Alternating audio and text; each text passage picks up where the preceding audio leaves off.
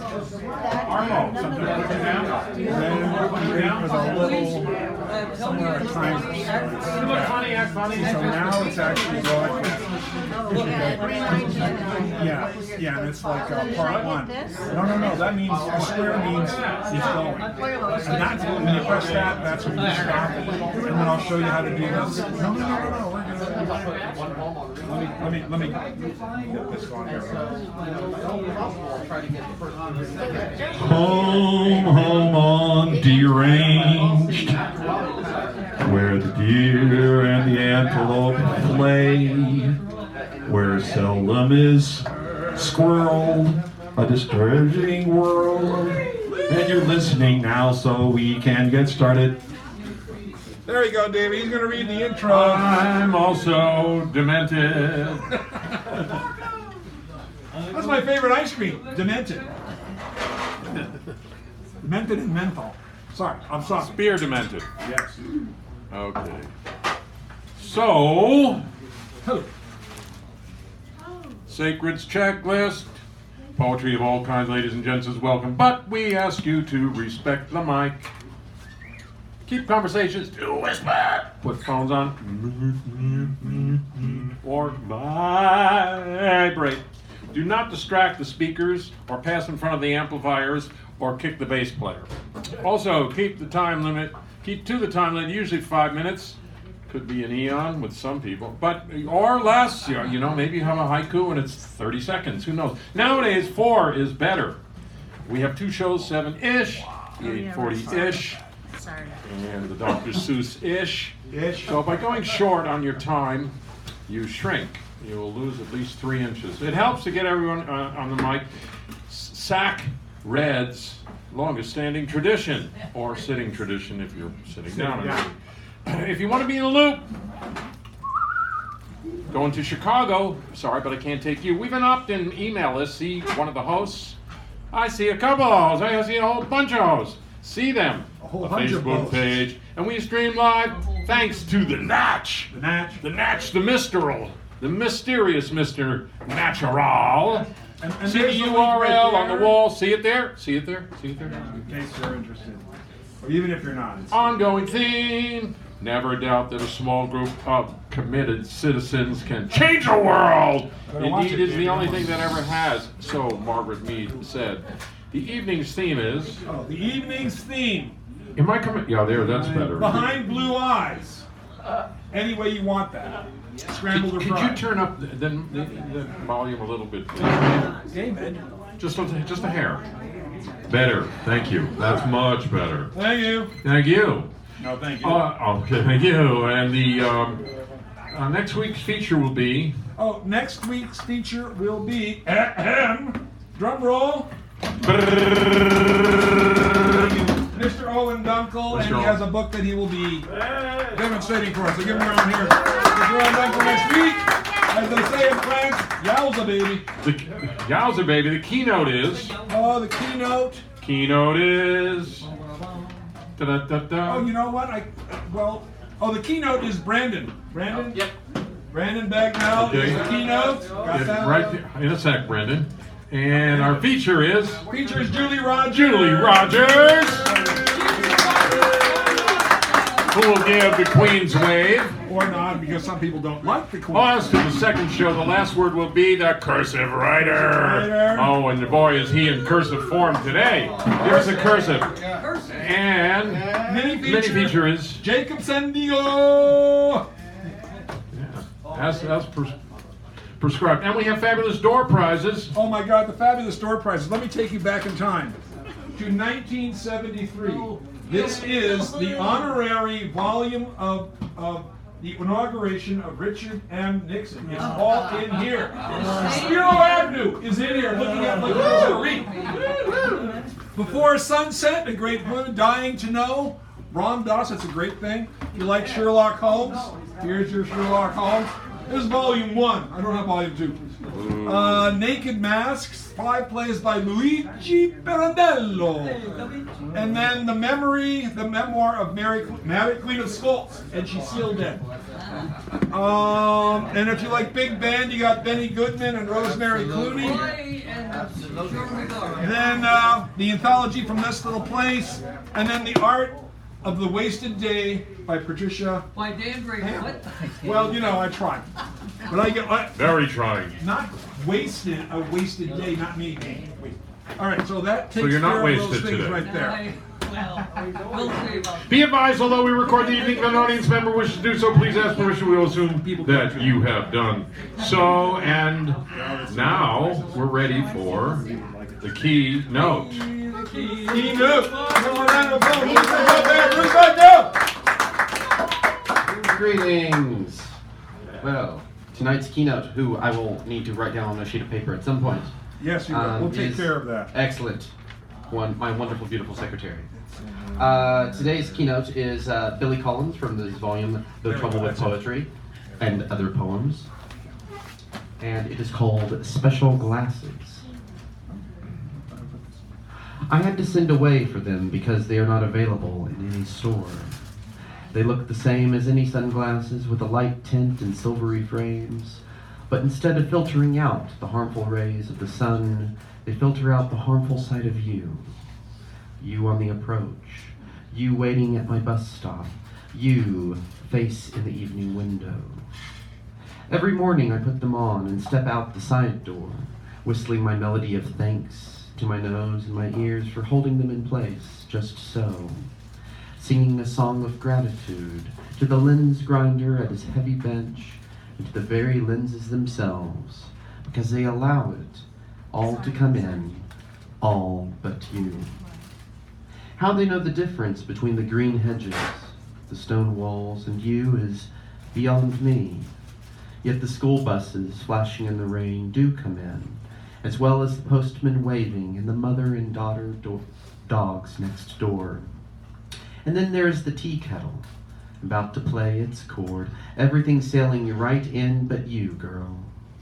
Yes, just as the night air passes through the screen, but not the mosquito, as the water swirls down the drain and not the eggshell, so the flowering trellis and the moon pass through my special glasses, but not you.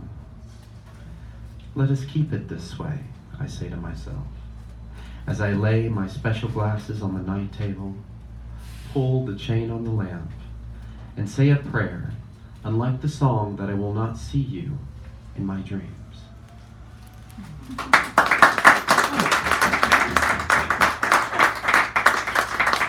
Thank you so much.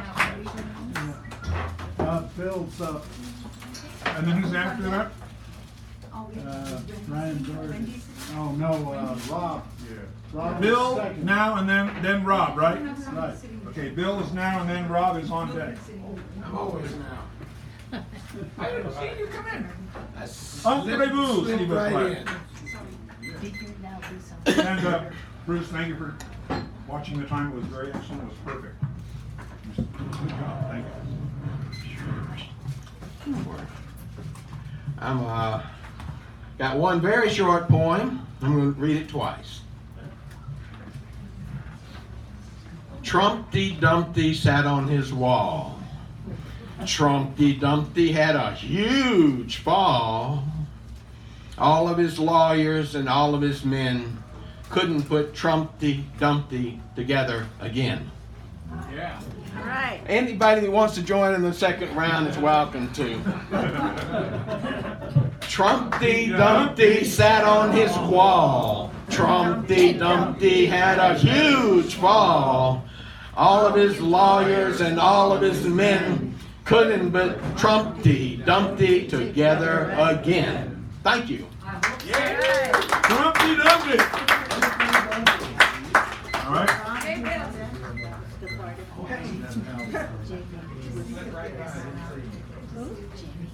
And then who's after that? Brian, you're next.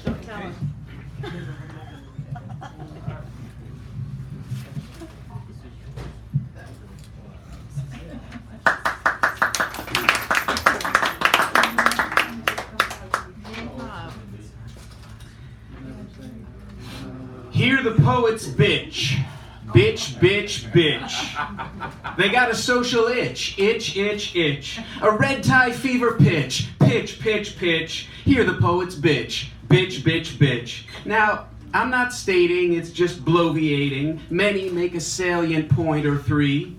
But all this bawling and critical caterwauling is a little chicken little to me. Are our memories misty? The good old days were a travesty. A parade of oppression, repression, and pain.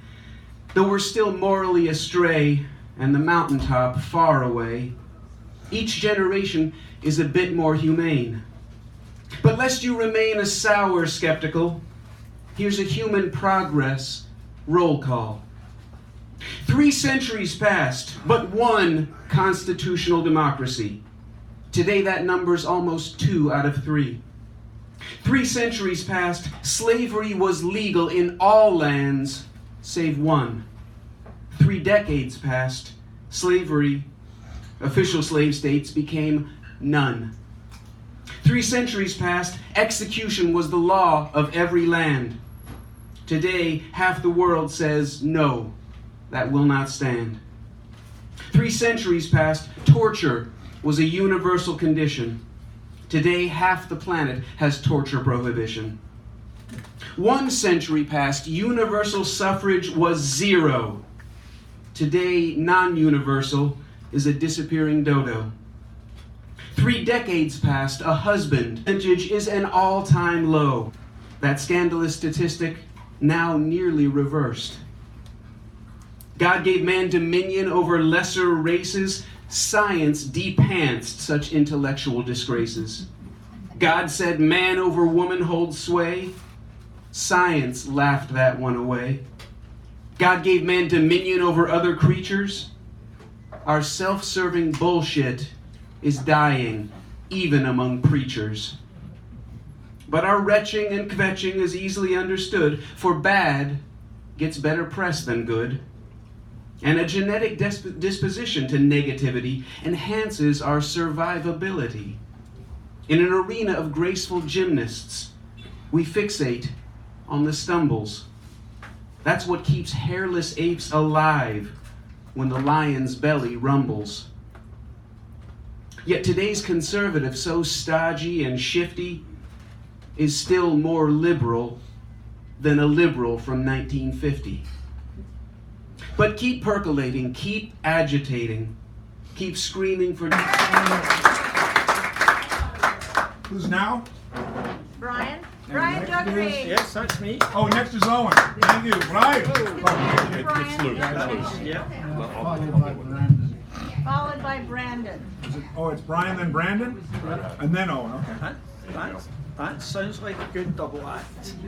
Okay, good to be back again. Oh, get really close, really close. Okay. Get on it. Right, is this close enough? That's much better. I Right, can, right, right. Right, yes, this will be my last reading in town before I get deported on Friday afternoon. Two more poems from this book. First one is On the Beach.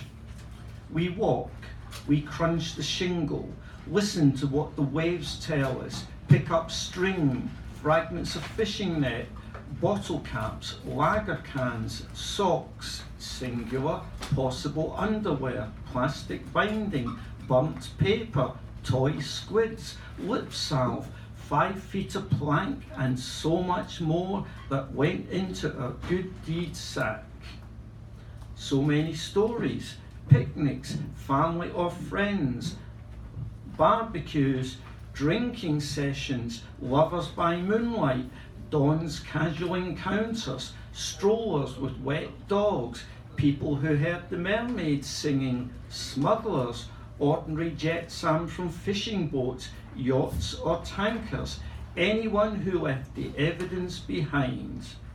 All good or bad, depending on your eco-sensitivities, but the burnt paper could be a woman making resolutions for a new year, write it all down, light it up, old life goes up in smoke. Or a man initiated into a local family of the honoured society, a made man, his old life burning away in his hands. Tomorrow it will all look different. Never the same sea twice. What happens under the waves can stay there, please. The shingles patterns a wild Zen garden. No need to know which unseen hand wields the rake. Be grateful your dreams fade out with the ebbing tide. And if not, walking meditation will clear your head.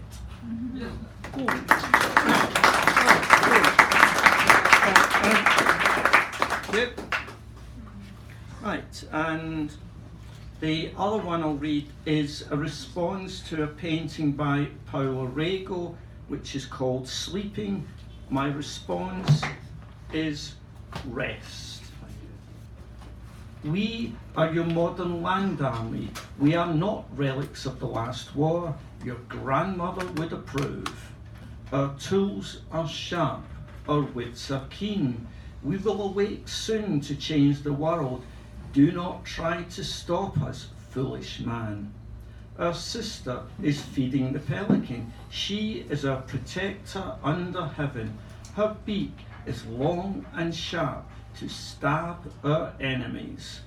Look at our clear blue sky. See the rich red earth we have worked on. Imagine the fruits that will fall into our hands. Do you think any of this is for you? Or you can take it from us? Dream on. Even asleep we are more awake than you. What's the difference between a man and a dog? Look in the mirror or look into your heart if you have one, or jump in the sea.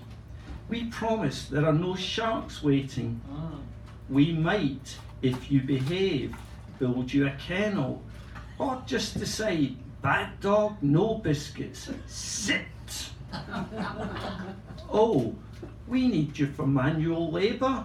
No, in our world, what can be done by Manuela or Mary singing as we go? Our songs are not your songs. Our lives are not your lives. Our dreams are not your dreams. Thank you.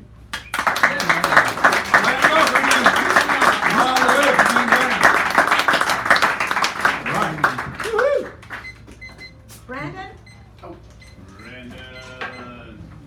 paying attention the first time, but that's just because I was going. So yeah, he was the keynote. The keynote always comes back to do their own poem because the keynote always reads a poem by someone else. I always say that because people go, Yeah, I just signed up twice. Ha, you guys got tricks. So this one, actually, I just thought it was more of a fun story. It's a very short, very short poem. I just went to the optometrist this week because, you know, contact lenses are a thing. And wandered around the Castro Street Fair, and I found a wonderful person who had a little booth set up at the typewriter, poetry and prose, doing poetry on demand. Wow. And I just had to stop and geek out with him, and I said, you realize that P and P means something different to these queens, right?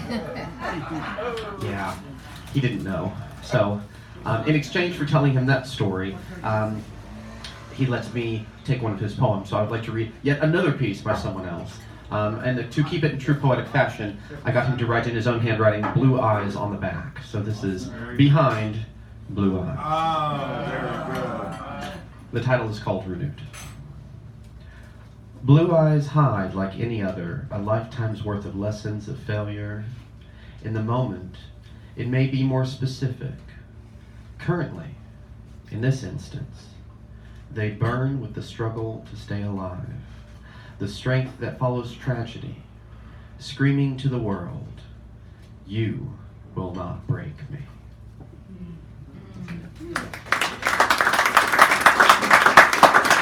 Wait a minute. Owen Dunkel. Those both things on there. Owen. Owen and then whom? And then Doris Beers.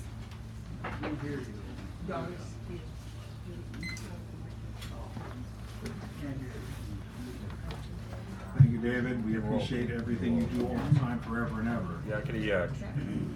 I'll talk about it. Okay, thank you.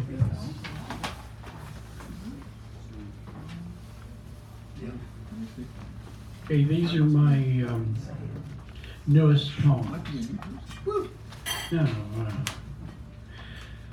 sonnet Times earlier I hurry in the middle of the way. Begin to understand the ways of men and boys that ride. Grin and bear it, it comes out.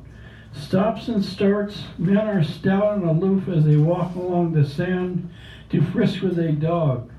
Belong to everyone, to everyone and no one. Gather ye rosebuds at the bus stop while there is still time. The way we were is getting late in the day. The sun is still high in the sky. I stop here.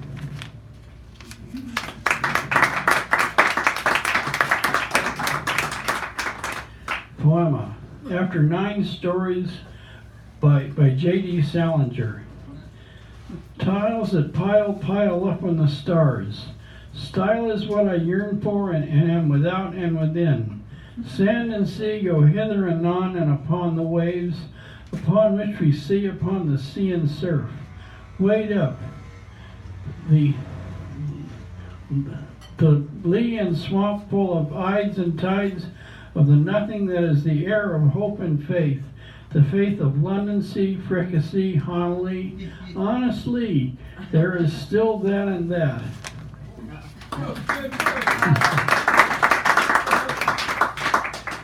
Poema. Force of thought, the chase, going after words like lace in a race of bodies and bounties, up to our necks in sand and surf. Again the waves roll gently onto the shore. Save all you can, there is fire adrift on the rocks of Greece, of Christ and love for ourselves that has been put aside on the shelves of the gentle tide of free verse. The false horses of promise, the hope of false penury, thee.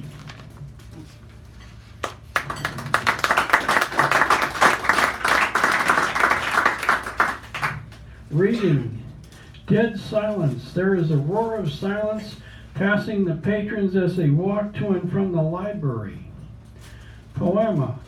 Complacent as the day is long, books and papers do belong on the library shelves. Day after day, I do delve going in and out, up and down, corners and corners I see around the street. There are corners and crevices. I am bound. Mourners and poets sit by themselves in the calm library of Congress and transgressions. Senate in the House. Of course it is folly to declare war. Troops and tanks go forth, one by one.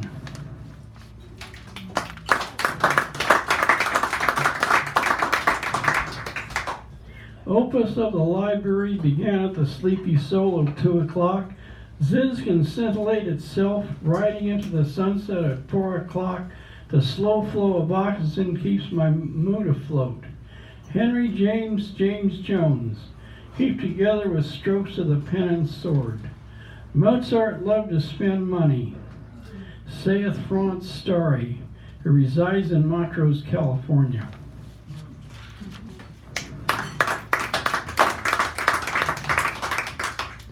Today, the heat alights on the pavement as each ray of sun melts itself into the hot ground. Another day of heat and heat chills clamps on my heart and brain in the darkened light of the library.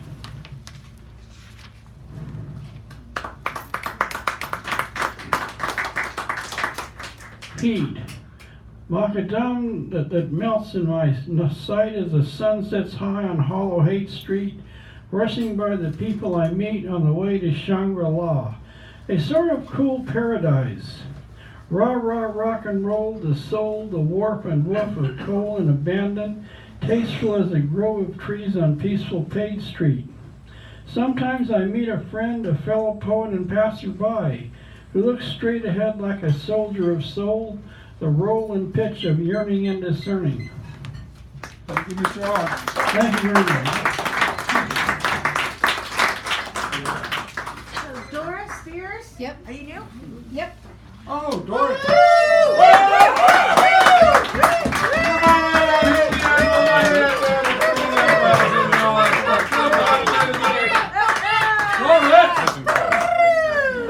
Thank you. I'm one of Julie's old fart writing students. It's her fault I'm here tonight. Oh, great. So with the theme, everything I write is from behind blue eyes. Ah, there we go. There we go. Perfect. It's called Small, Sharp Claws. This life demands a clear head and small, sharp claws, sunk, unforgiving, into completed tasks, dotted I's, crossed T's.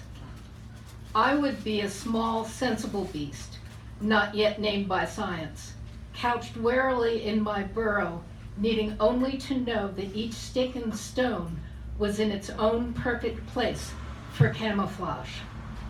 I would know each step of the path to the water, the look and smell of my own footprints, the cool give of damp sand, the sharp heat of the dark stones. I would know the clinging softness of long fur against my nose, and the quick pinches of lice and fleas on the days when it is too hot to sleep.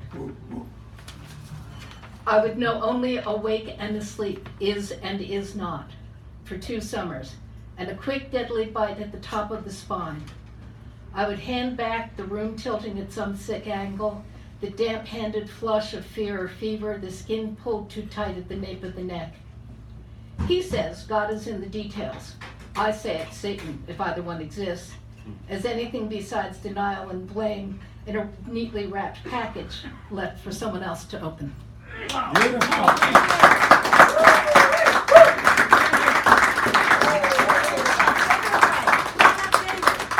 David Erdreich. Yes, David. No, it's And there's the next thing. Robert will be next. Okay, and Robert is after. Hi, David. Dano. Walk him up, Dano. Look of his book. Sorry.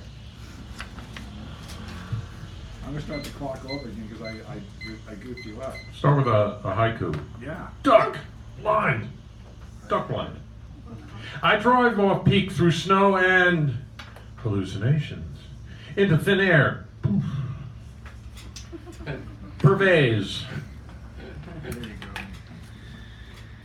When the rose discusses gentle with the gardener, they might reminisce about petal luma, or the exact measure of sun in sun homa. Invariably, they return to the hum, the burr, if you will, that is Berkeley. A ballpark figure away from the ovary shape that is San Francisco Bay. An inlet, kidney, bean, a bay like the one on Baja where the whales cab and begin growth, Del Negro. I have 2 true miniatures in my garden, a red and a white. They do not war, smaller than tea rose, real bonsais. They have moved with me at least a dozen times. They are over 30 years old, not prolific, bloomers, but always faithful every year, perhaps in May. Cyclic, not sickly, rooted. Deciduous reminds us of life and death, depletion and renewal, medicine wheel, lotus of the west, rosed hips tea, stunning beauty in all the visible colors, attar. Most of all, aroma reminds us of the essence that Eden never lost.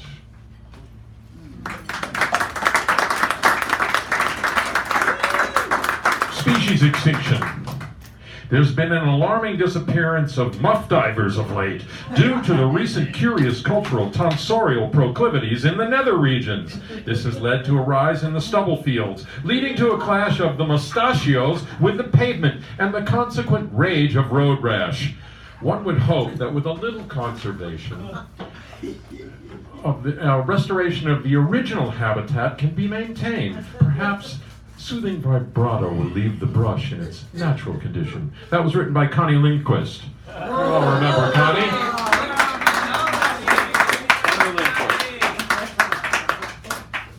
Desultory result. Aimless in pursuit, CIA is murder prone. It's time they got the boot. Students are in debt, forests are on fire, glaciers melting way too fast while border deaths grow higher. Corporations set the tone, enrich the 1%. For 70 years in rage and tears, war crimes from each president. Sex abusers on the bench, we can't ignore the fetid stench. Real estate and tax laws cover, oil burns where drones did hover. Police resembles military, brothers become adversaries. Beneath the on-ramp huddled mass, nepotism shall not pass. Deranged King Donald, biased, crass, in solitary, jailed at last. Diversity first, great. Cooperation lies in state. Address the lies and hate. Include us all. It's not too late. And finally, aspens. Thank you. Go to Colorado. Gold aspens are the shekere of tree line. Talus is no fallacy. Strata errata are no matter. For pebble pitter patter. When the earth shrugs, avalanche speaks. Freeze and thaw. Freeze and thaw. Stick in your craw. Mouth the words, watch the birds, cousin of birch, they are in the lurch. Aspen climbs up, stone pounds down, synchronous orbit behind your eye, retinal image, reverse is why clouds will whisper, sun hollers and cries, freeze and thaw, freeze and thaw. Crow is cousin to the old jackdaw, skeletal bones just off the trail, buried beneath the rock fall's tail, faintly heard, barely seen, sheer wall, ski, Tuckerman's ravine, aspens, tundra, dust of snow. September's here, so green will glow, then change to yellow, rattle and shake. Seasonal change down by the lake, maple leaf, 4 different hues. Aspen warns of winter's blues. News of ice and deep snow pack, sequoia, oak, and tamarack. Community of roots so deep. Medium transmutes to keep mushrooms proliferate florets. No chlorophyll to prime their jets. Behind the trunk, beneath the limb. Aspens translate every whim. Thank you.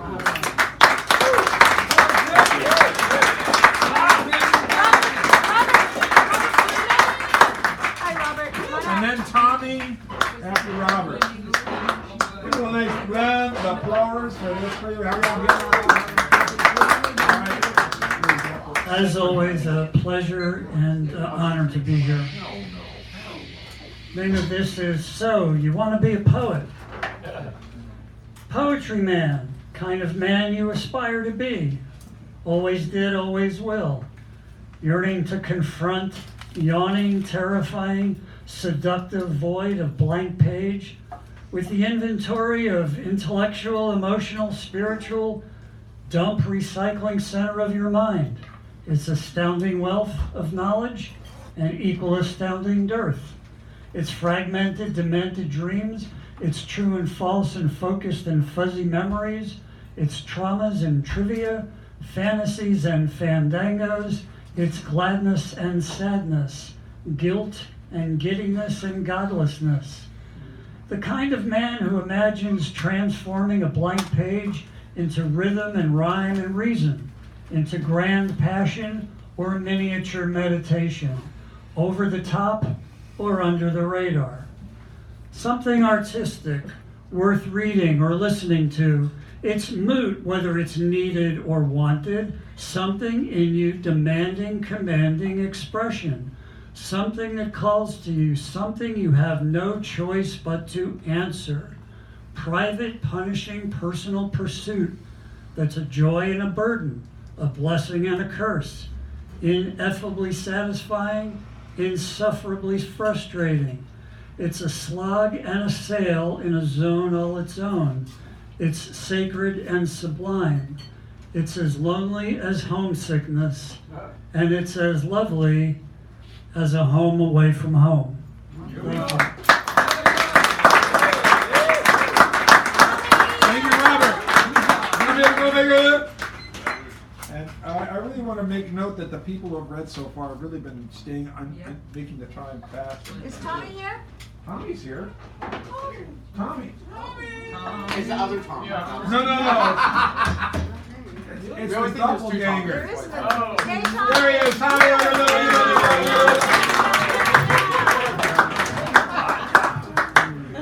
Okay, so Hello. hello.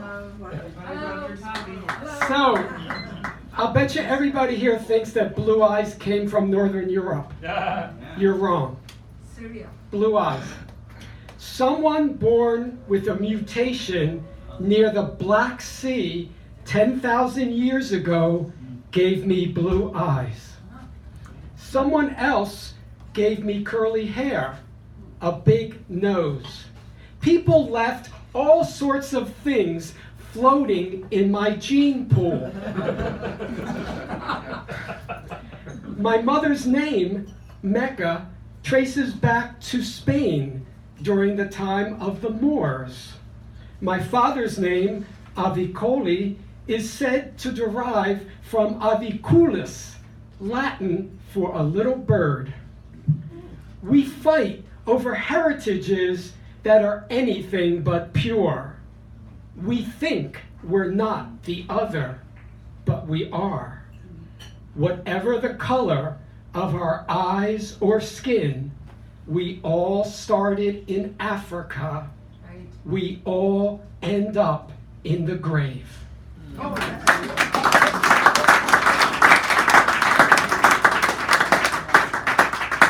So next time you're on Jeopardy and they ask where Blue Eyes originated, or they say the Black Sea, you can say, what is where Blue Eyes originated, right? Yeah. Okay.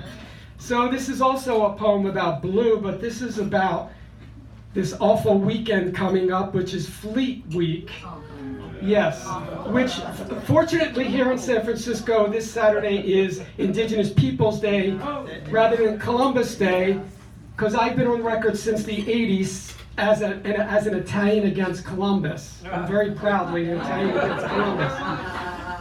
This is Blue Devils.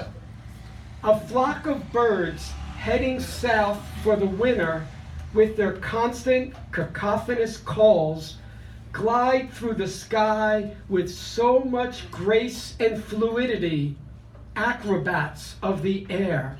Their formations inspire poetry. These metal monsters, these blue devils, these fallen angels rumble angrily, invoke fear. The animals sense it. They howl, they hide, even the birds.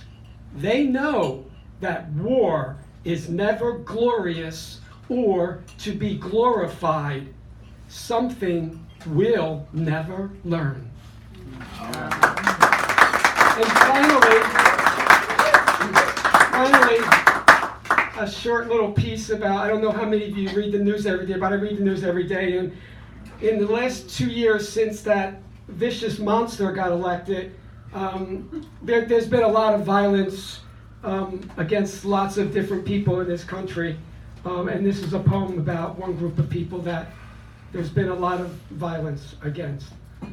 Save the thoughts and prayers. You still don't get it. They're too late. They won't save the 16-year-old who killed himself after classmates outed him as bisexual. Won't bring him back after he shot himself rather than face school the day after a screenshot of a sexually explicit conversation he had with another boy was posted on social media. His brother said the other kids would have crucified him. Don't you see the homophobia rampant in your halls, your schoolyards? How many more need to die before you stop standing idle while kids build the crosses and hammer in the nails? Thank you.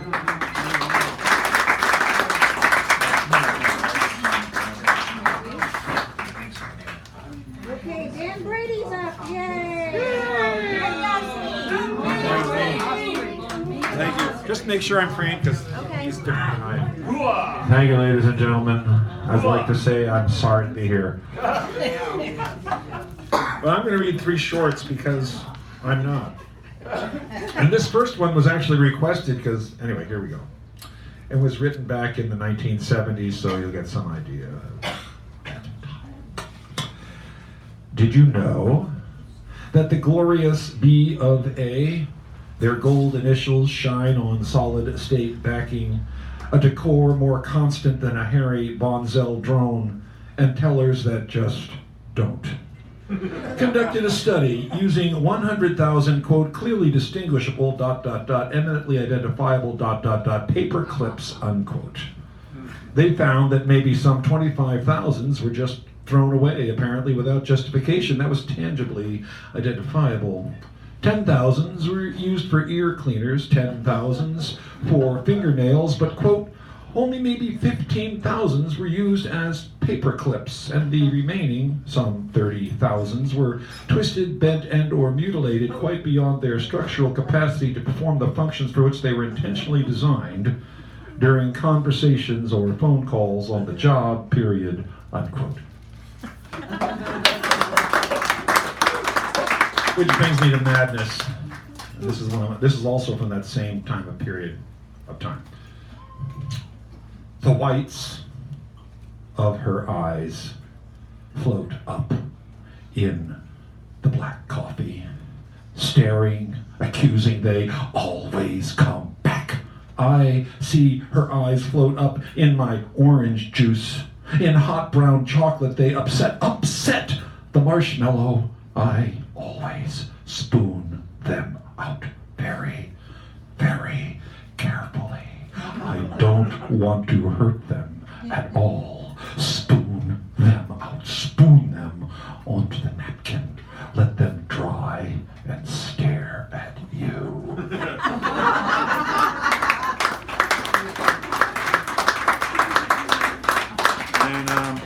And going on with insanity, there's also a short one here. The year that was, you'll all remember this, of course. That was the year that was, the mighty 2012. It was all going to be over, done, finished, and through. Millions, no billions saw the films, read books, clicked websites, saw Hollywood science magic, believed a Mayan myth, looked at constellations, and counted down. I'll bet there were suicides, or worse.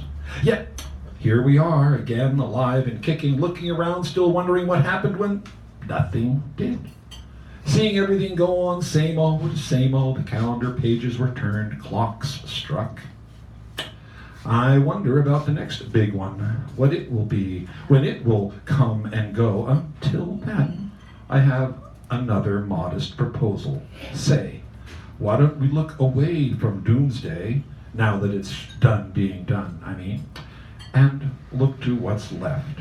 The vast, complex global mess, which now, miraculously, we have ample time to address. Let me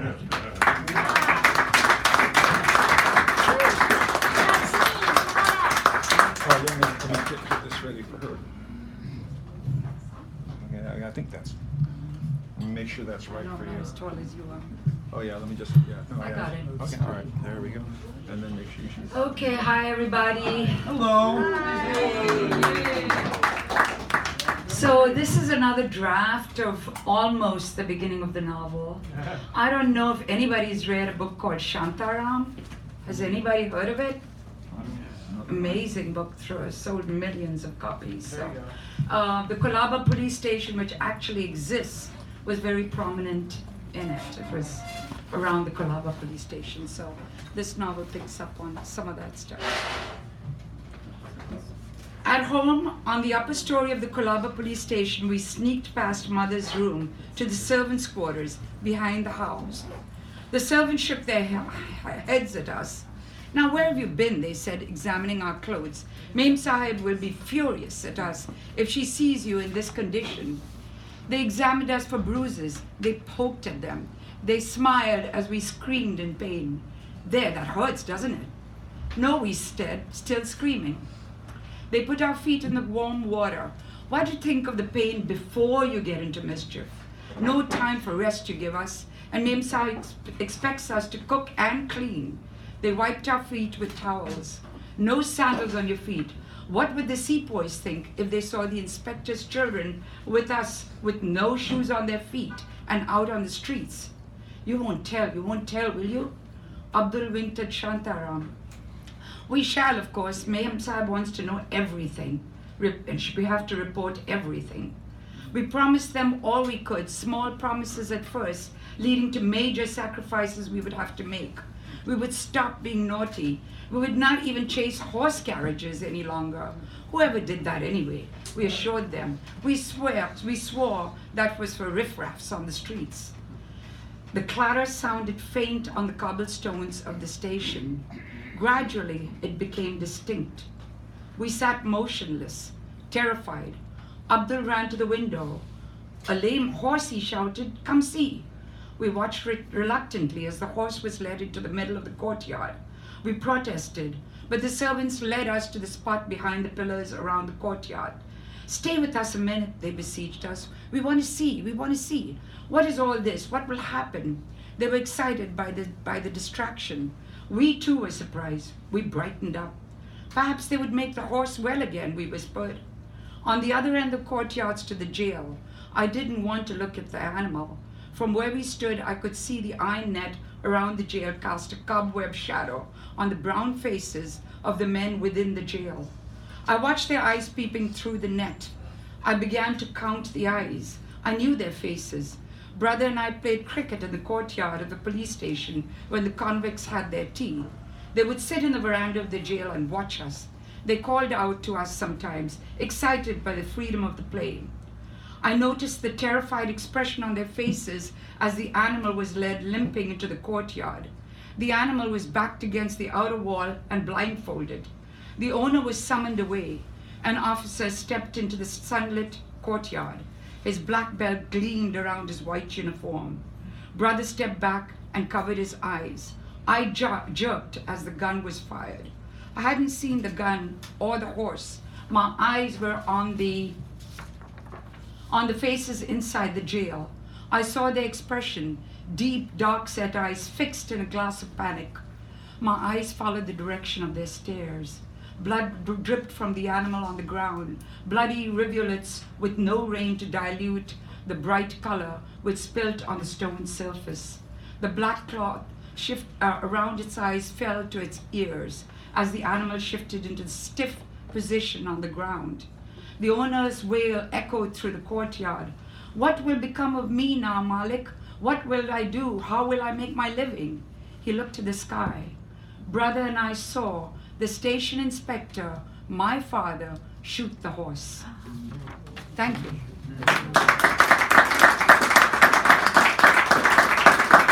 Thank you.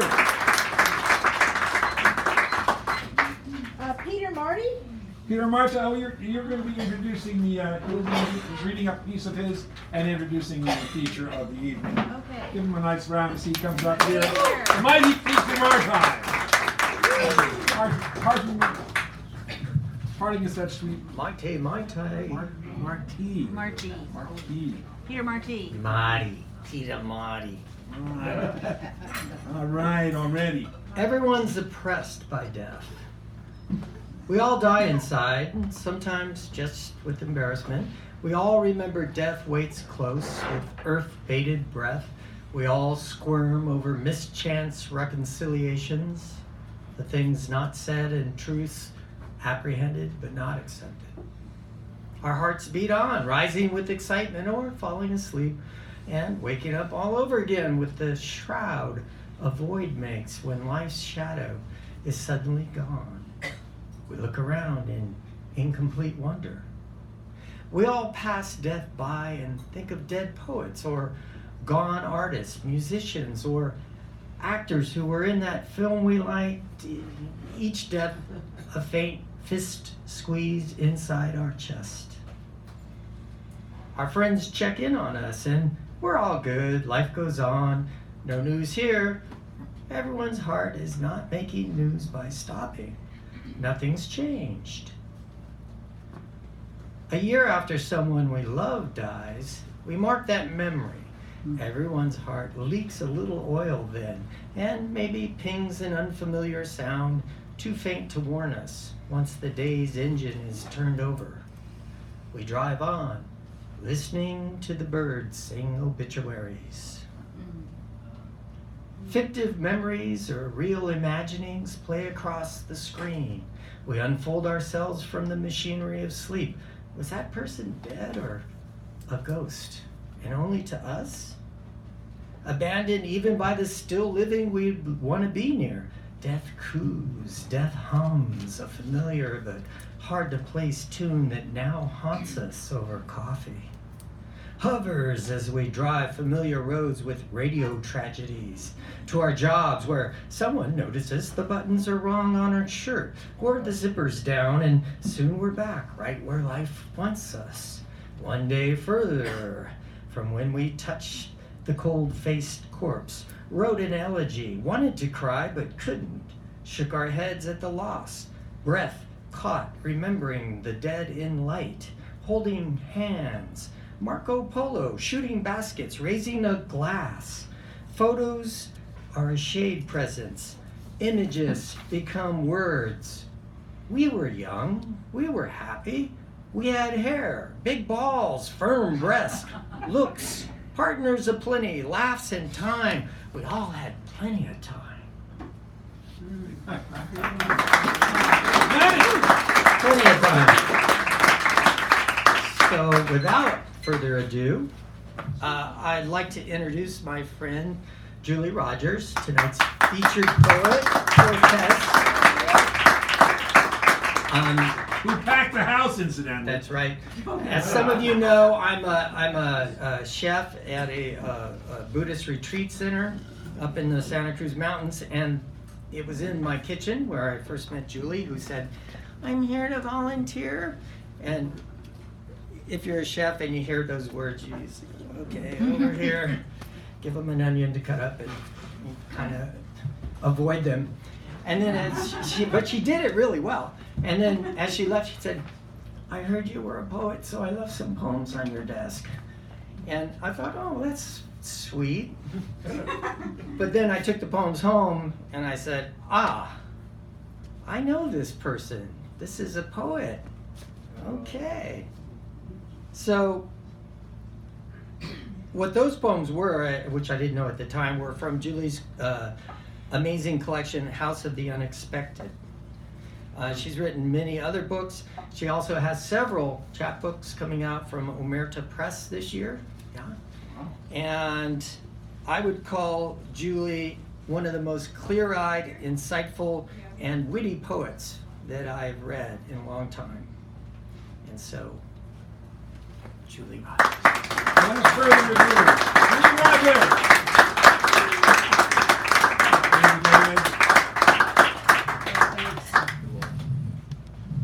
Microphone for short stuff. But that's why it's variable. Yeah. We aim to please. Well, of course, again, I didn't know what the theme was, but I did notice there are some eyes in one of these poems. Yes. So I'm going to go with that. All right. First thing I want to say is I have read in a lot of cafes at series for many, many years, and this place is the most supportive, enthusiastic, kind, and really open audience I have ever read to. Yeah. You guys are great. I mean, everybody gets the same treatment. I like that equanimity. That's very nice. Yo. So this first poem, I'm trying to read some light stuff because usually I read really heavy-duty stuff. So this poem I witnessed sitting at Café du Soleil on Waller and Fillmore. This happened. It's called Stilts. Just made some stuff and enjoyed it, says Stilt Walker. Woke up with a want to walk on stilts. Went to the hardware store, hammered them together, rose above the street like a circus, man, a parade. Bird's eye view over bald spots, dark roots, and hat tops. In the trees, man, higher than stop signs, parting crowds, master over pedestrians with small dogs, but unable to leap tall buildings at a single bound. Next time, different tools, man, longer poles.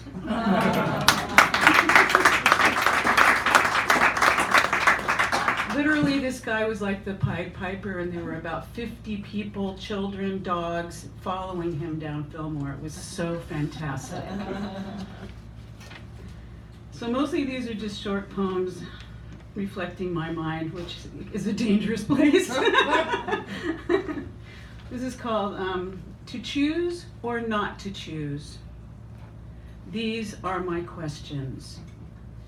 Resistance or acceptance? Fight or surrender?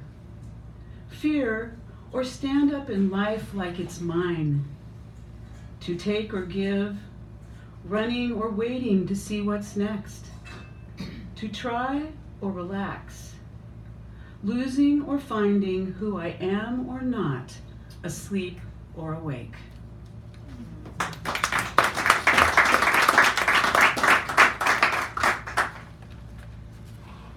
Thank you. This is one of my main themes now. It's called Mug Shot.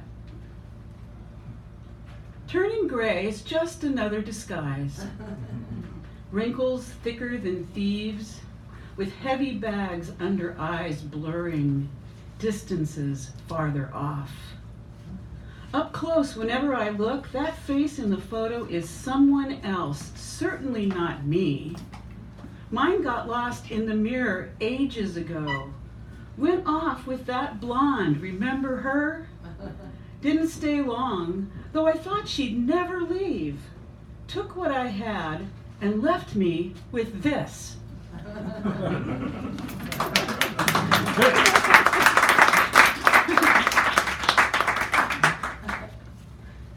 Thank you. It's so great when people laugh. For many years, people would listen to my work and they'd be like, oh. So this is an inappropriate poem for Peter and Nancy, who is not here this evening. But will you please send her this for me, Peter?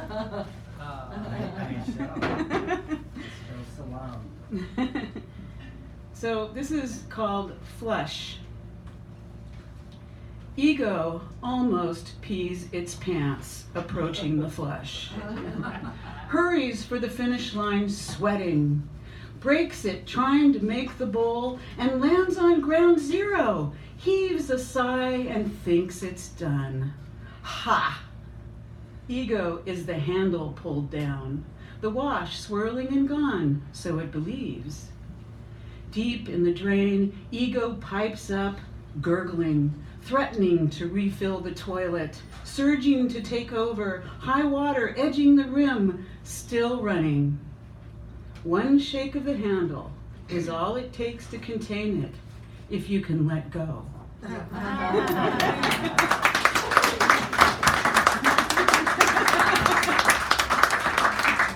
That's like a result of Buddhist practice.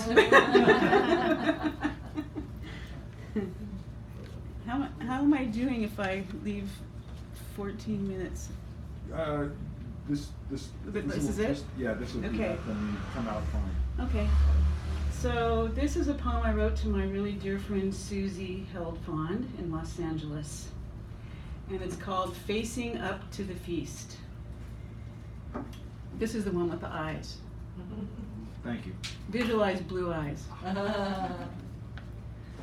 Let's face the human being staring back from the mirror.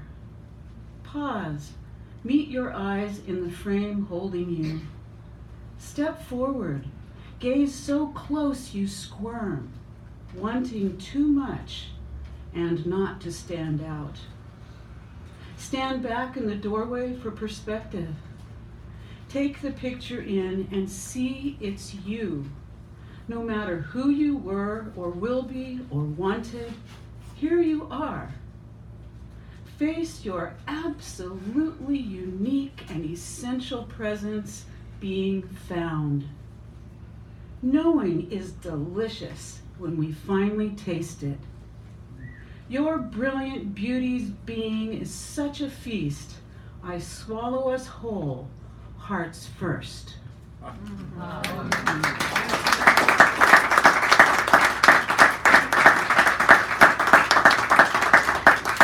Thank you very much. I was right about the audience, huh? So we're going to read this series of poems written in 2011 by myself and my late husband, David Meltzer, the great beat poet.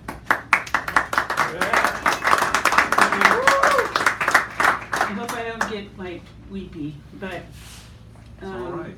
This is the third time it's ever been written. I mean, read.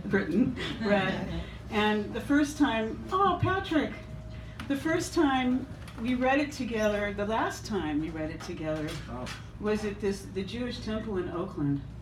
And this is like our rendition of a commentary on spiritual materialism.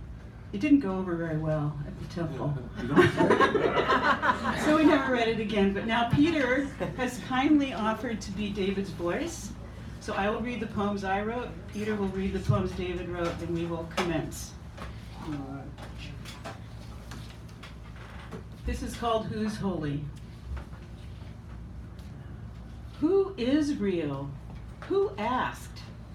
Who do you do?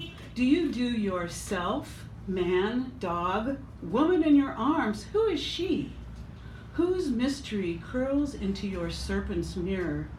Who is looking back? Who do you love? Do you love real, whatever happens around the corner? Do you love the unexpected jolt of life's holiest moment when you do not know? Do you bark at the moon, taking her up from your glowing bowl at midnight, lapping her kiss? Do you kiss the poem's rough push against your tender spot? Do you hold good, bad to your breast? Do you feed them?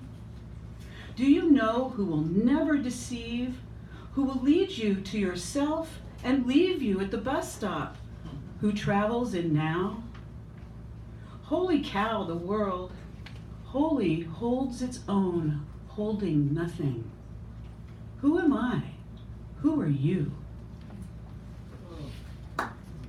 Rolling holy in oil of auras ablaze, in haze of tears, feeding starving African infants.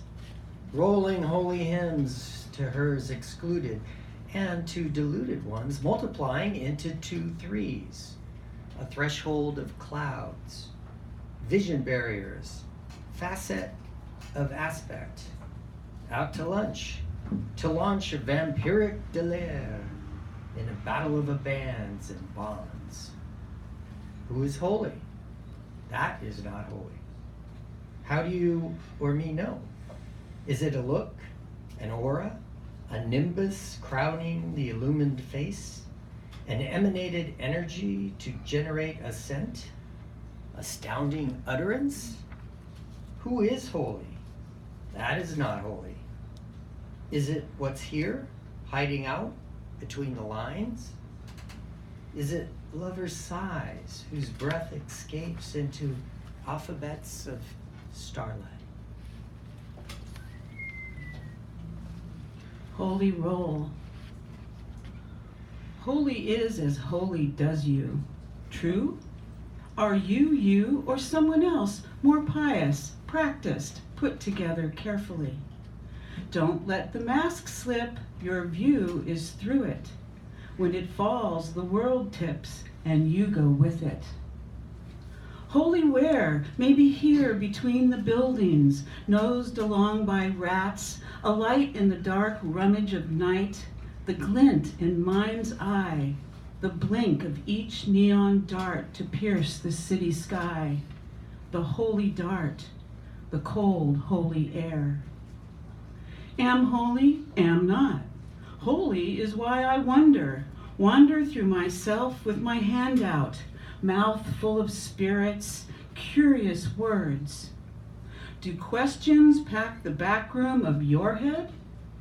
I string my need to know like a row of ducks in a parable. Holy rolling mantras, holy grail, holy grounds, charnel grounds, ghosts, Holy Ghost, mystery, hand of the divine, in magazines, scriptural billboards. Holy mission on the corner of salvation, ring the bell, hold the half-empty cup. What's unholy about it? Worship of deity, God, goddess, earth, self, holy steer on Varanasi Street, kosher hot dog, sacrificial wine, the thin bread that breaks easily. Holy body, holy union, holy home inside where there is no one. holy right of here and now, cutting through a thought.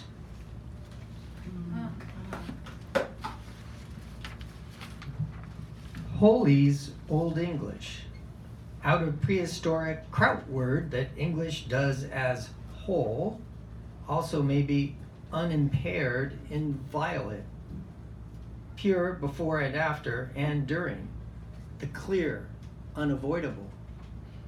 The words work to and against the ineffable, the whole. Sparked in a moment, sacred, divine, beyond, above. Madonna in tortilla, looking like Mel Gibson. Time, space, now, eternity. Silent hermit sage with long goatee dipped into ink to illuminate zero. Enlightened? Delight? Aware, awake, how bow before altar, radiating incense. Upright, arms raised to full moon, flat on chakras, counting stars to add it all up. Beyond words, the erotic mall chain stores with tier upon tier of regret and promise. Ablution, solution, cleanse the skin of sin and tingle like a row of ducks in a parable. Rolling holy mantras, holy grail, oops, sorry. I just read Julie's part again. Unknowable, blow up rubber doll of God or Buddha or Christmas lights woven into Moshe's beard. Fathomless, vertigo elevator ascending, descending in busy Disneyland panorama of yearning. Profound contact, saran wrap devotee. What is holy's opposite? Is it holy too? Holy taste. What connects us? Who unpacks the bag of self?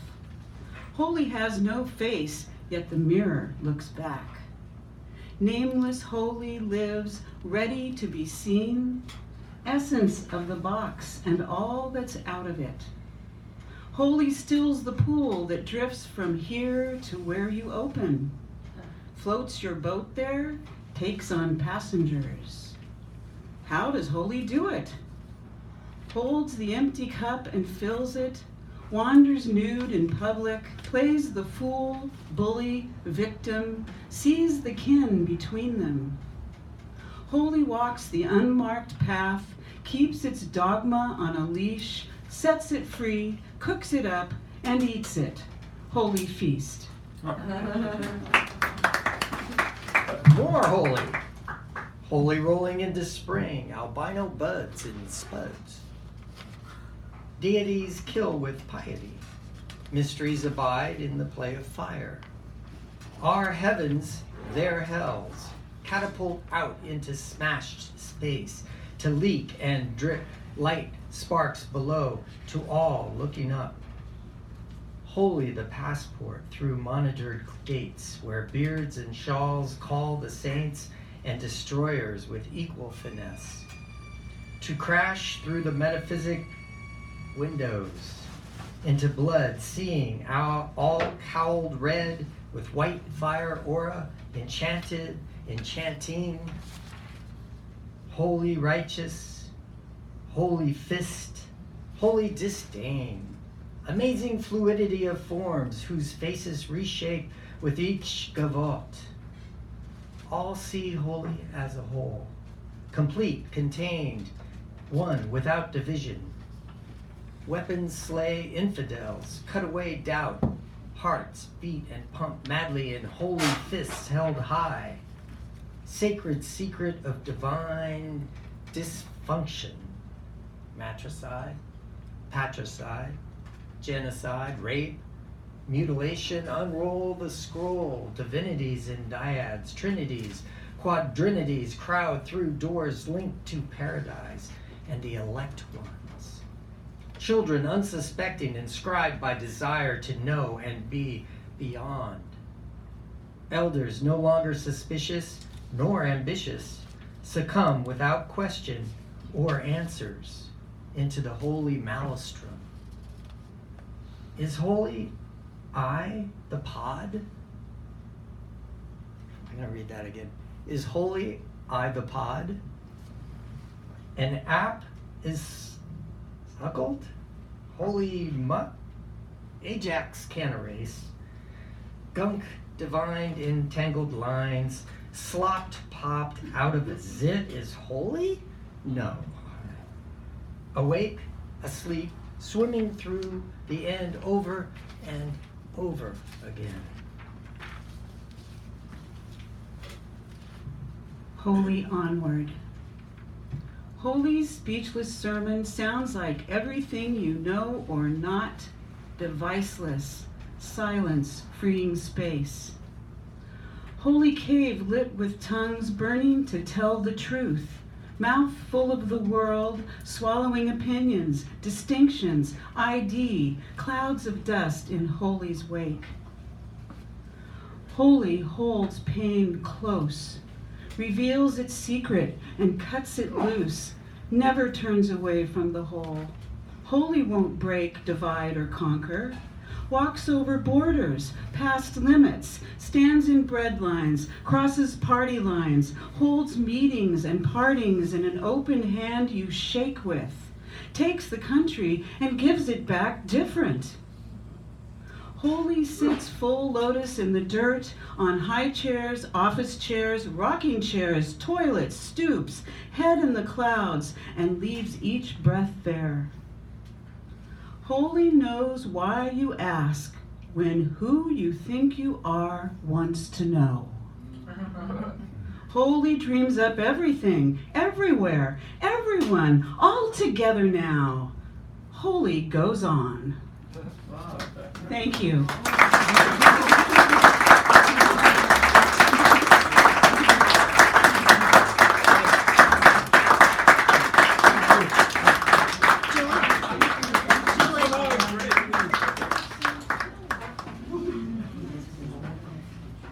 Okay, just another round of applause just for that. That was just like amazing. I love that.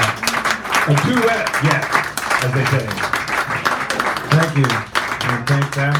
What a great thing. So we're going to take a short break, and if you haven't signed up, there's some spots over there.